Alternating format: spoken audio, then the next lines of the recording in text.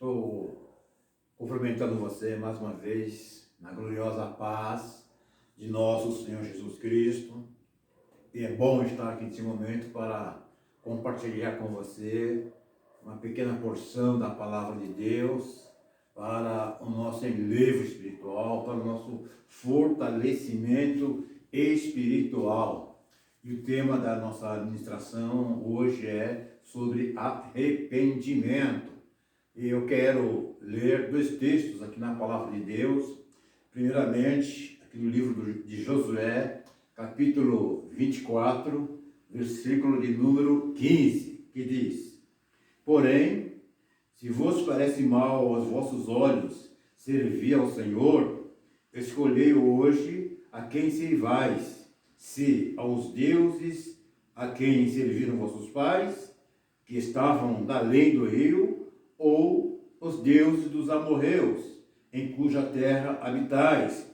Porém, eu e a minha casa serviremos ao Senhor. Eu quero ler ainda mais um texto, o Salmo de número 130. Das profundezas a ti clamo, ó Senhor.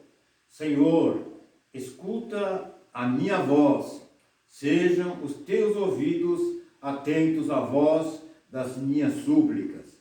Se tu, Senhor, observares as iniquidades, Senhor, quem subsistirá? Mas contigo está o perdão, para que sejas temido. Aguardo o Senhor, a minha alma o aguarda, e espero na sua palavra.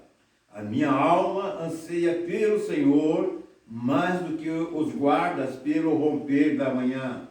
Sim, mais do que aqueles que esperam pela manhã. Espere Israel no Senhor, porque no Senhor há misericórdia, e nele há abundante redenção, e ele remirá Israel de todas as suas iniquidades. Amém? Então nós vemos aqui dois textos da palavra de Deus que vai realmente nos orientar neste momento acerca do nosso posicionamento diante de Deus, aquele posicionamento que Deus quer que nós tenhamos sempre que em situações desfavoráveis, em situações desprestigiosas, diante dele nos encontremos. Amém? Então, o nosso tema é arrependimento e nós vamos ouvir a ministração de um louvor com esse tema. Amém?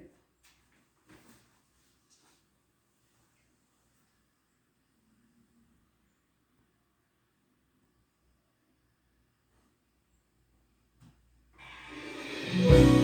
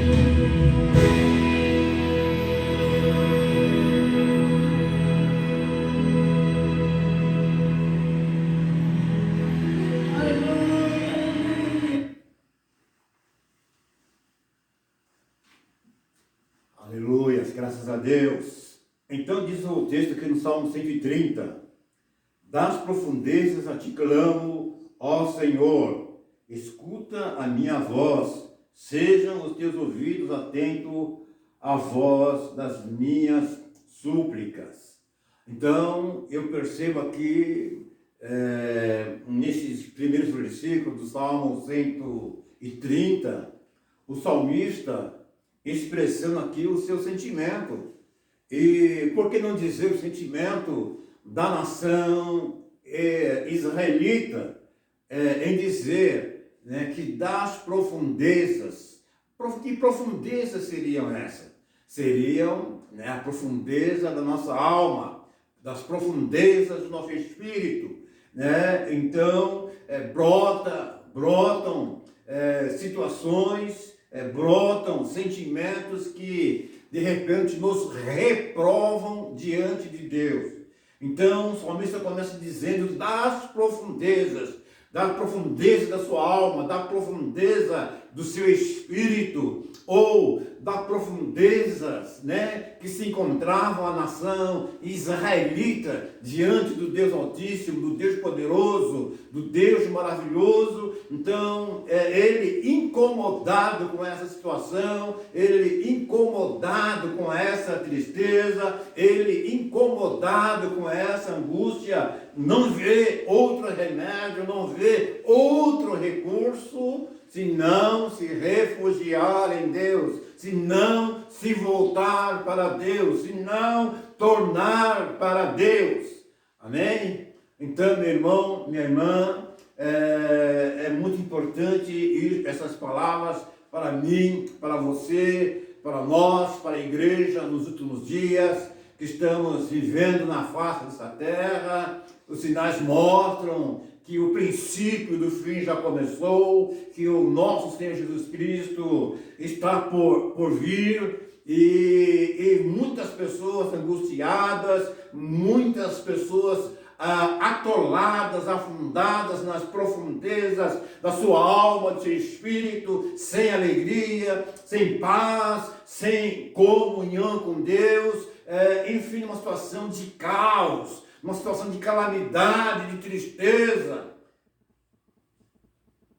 Não é esse o desejo de Deus para com a sua vida, não é esse o desejo de Deus para com o seu coração, meu irmão, minha irmã. O desejo de Deus é que o seu coração, a sua alma, muito pelo contrário, superabunde de paz, superabunde de alegria, transborde de júbilo na presença dele, porque na presença dele há abundância de alegria. E o salmista Davi, no Salmo de número 122, ele expressa: alegrei-me quando me disseram, vamos à casa do Senhor. Então, nessa expressão de Davi, nós vemos realmente, aleluia, um desejo ardente de estar na presença de Deus, um desejo ardente de prestar adoração a Deus, um desejo ardente de poder estar na presença de Deus. Mas aqui, ao contrário, o salmista, ele se vê numa situação adversa, ele se vê nas profundidades da sua alma, ele se vê nas profundidades do seu espírito, distante de Deus, distante da paz, distante da alegria que Deus tanto deseja que se realize, que aconteça nos nossos corações. Então, lá no livro de Josué, capítulo 24, versículo 15, se não estiver enganado, exatamente o versículo 15, então, depois de muitos anos, centenas de anos, ali no cativeiro egípcio, né, sob uma escravidão, que ali eles passaram por muitos anos, e depois de uma peregrinação de também muitos anos, 40 anos, ao longo daquele deserto que separava o Egito da terra prometida, terra de Canaã. Havia ali um deserto, e por esse deserto eles peregrinaram 40 anos, mas agora no comando de Josué para possuírem a terra que manava leite e mel, a terra prometida, Josué reuniu toda a nação israelita em um determinado lugar, e ali fizeram uma reunião e fizeram um pacto diante de Deus, porque a partir daquele momento, atravessado o Rio Jordão, cada tribo iria receber a sua porção de terra, ou seja, eles não iam estar mais em grupo, acampados, cada um estaria tomando posse da herdade que Deus deu a eles, né, através de Abraão, também centenas de anos ou milhares de anos atrás.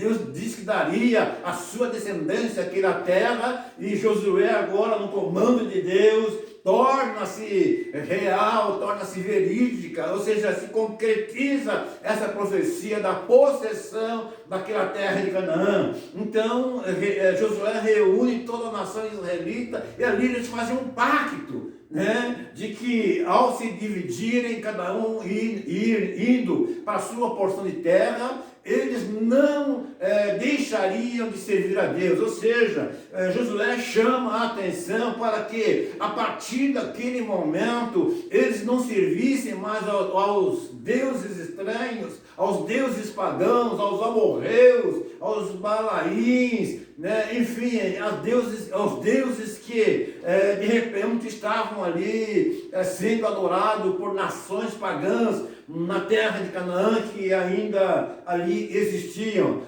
Então Josué chama o povo, conclama o povo para que eles somente a Deus de Abraão, de Isaac, de Jacó, somente a esse Deus eles servissem, somente a esse Deus eles adorassem. Mas os anos passaram, e eles se deixaram levar, sim, pelos Astarotes, pelos Balaíns, pelos deuses amorreus, enfim, pelos deuses daquelas nações pagãs que ainda habitavam ali na Palestina, na terra de Canaã, e se contaminaram, viraram as costas para Deus, entristeceram a Deus, e realmente deixaram de cumprir aquele pacto que eles fizeram juntamente com Josué antes de tomarem a posse das terras que Deus lhes havia concedido. Então tomaram posse, os anos se passaram e eles infelizmente se distanciaram de Deus,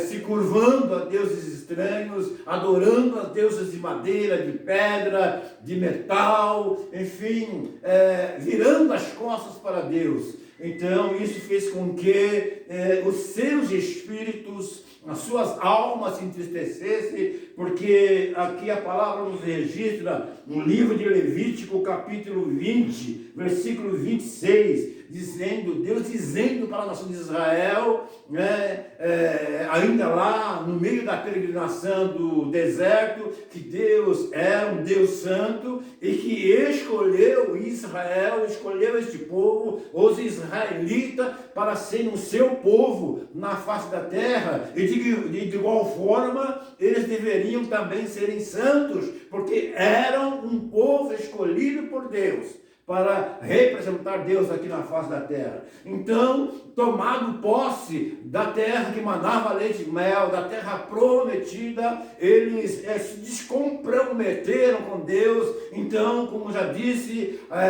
se encurvando, se ajoelhando, adorando, queimando incenso a deuses estranhos, enfim, virando as costas para Deus. E a ausência de Deus no coração do homem traz angústia, traz tristeza, traz desespero, traz pânico e tantas outras coisas negativas para a nossa alma, para o nosso espírito. E nesse Salmo 130 eu vejo Israel, bem como o salmista que escreve este salmo, longe de Deus, com a alma angustiada, com a alma em caos, numa situação de miséria, em uma situação realmente de calamidade espiritual, tristes, porque realmente Deus não estava habitando em seus corações. Mas lá no Evangelho de João, capítulo 15,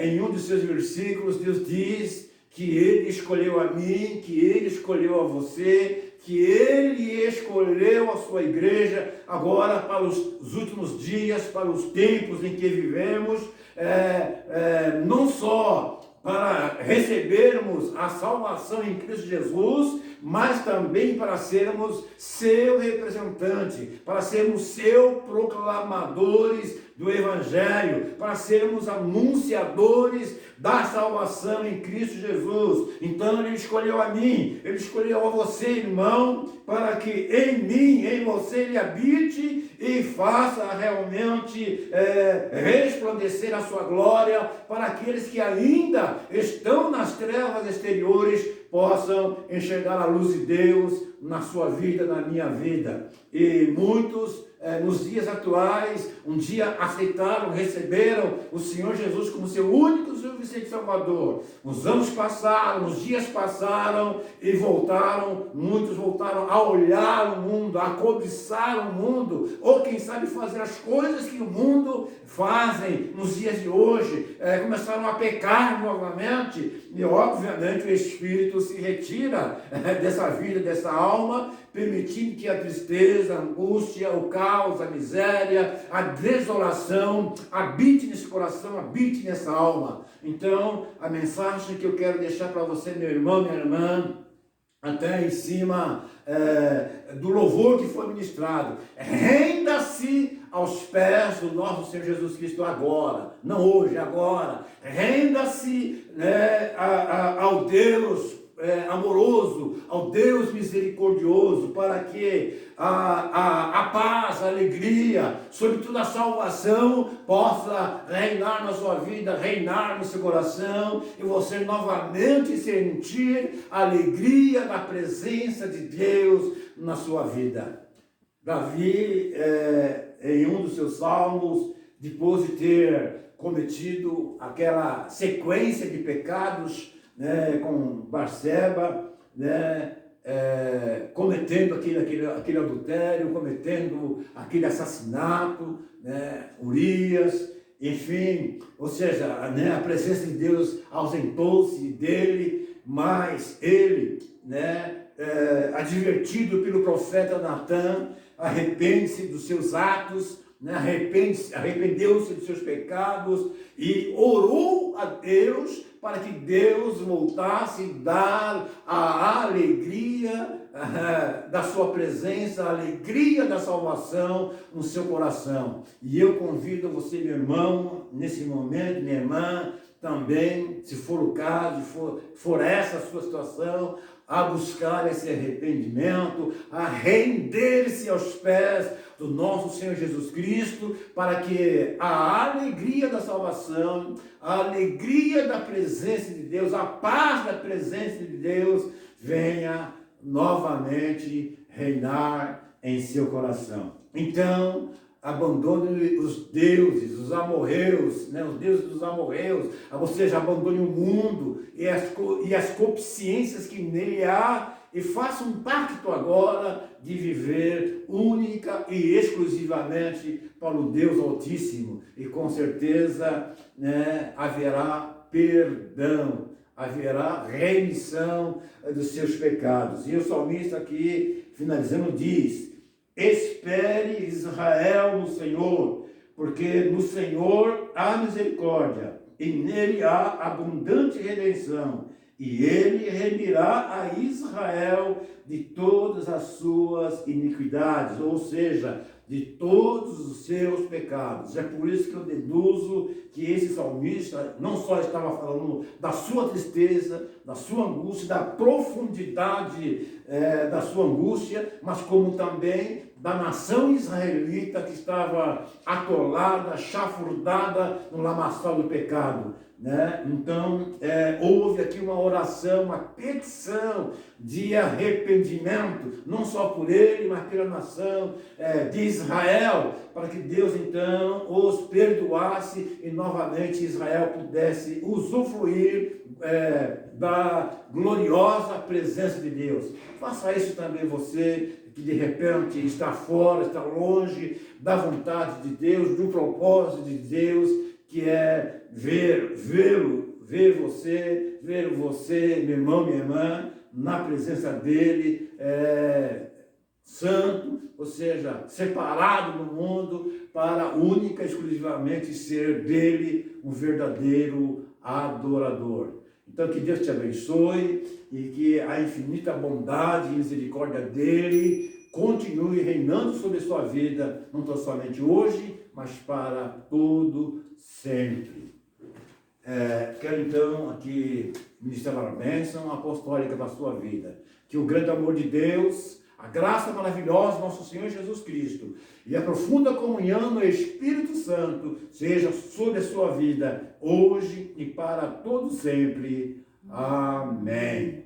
Até a próxima, se Deus quiser.